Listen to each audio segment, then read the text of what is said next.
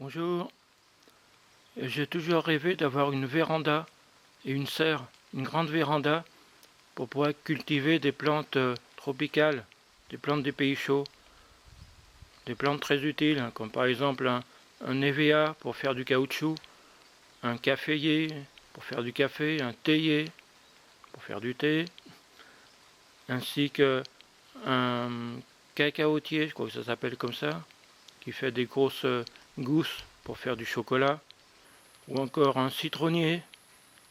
Le citron, c'est excellent à la santé, ou enfin des citronniers, ou des orangers, enfin bref, plein de plantes très utiles, très intéressantes, pour avoir du chocolat, du café, du citron, du caoutchouc, et d'autres choses encore.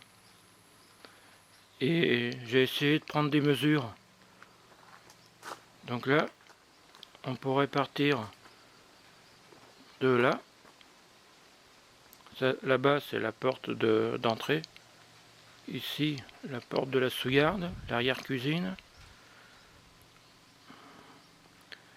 Et pour l'instant, comme je mets mes réserves ici, c'est une des pièces les plus froides.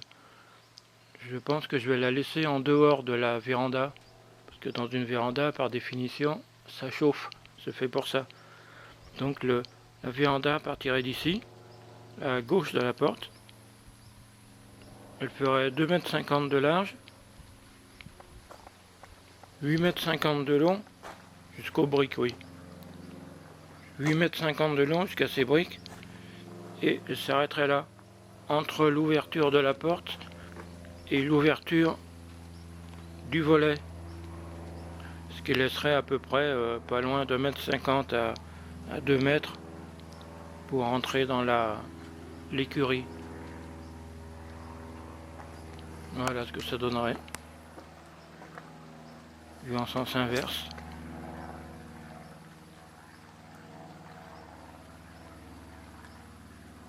Et pour cultiver des plantes suffisamment hautes, ce serait bien que la véranda monte jusqu'en haut, sous les toits, et non pas s'arrête à l'étage, à mi-étage.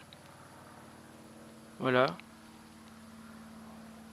Je ne sais pas si je la réaliserai, je la ferai réaliser un jour, parce que c'est du boulot, ça coûte cher. Mais ça me plairait beaucoup d'en avoir une. En plus, ça tiendrait beaucoup plus chaud en été, en hiver, je veux dire. Un peu de soleil, un peu de lumière, et ça permettrait de chauffer l'intérieur de la maison facilement. Et de conserver les plantes tropicales. Et de les cultiver par conséquent.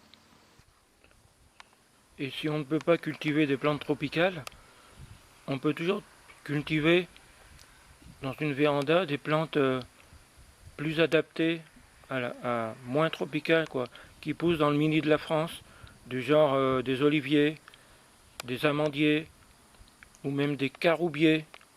C'est ce qui donne un substitut de chocolat, ou aussi des citronniers ou des orangers. À défaut de plantes tropicales, toutes ces plantes-là, c'est déjà beaucoup.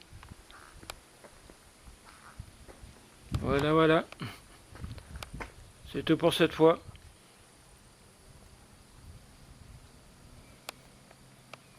À la prochaine si on a encore le temps. Sauf qu'il peut, planquez-vous tous et bonne chance.